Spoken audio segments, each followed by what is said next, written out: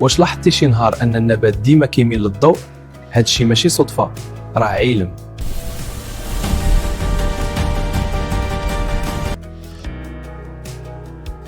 دابا غادي نديرو تجربه في مختبر علمي، والضوء جاي غير من جهه وحده.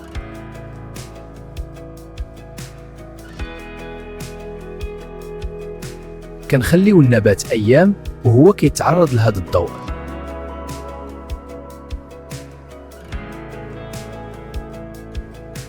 وشوف دابا الساق كتبدا تميل بشويه بشويه نحو الضوء.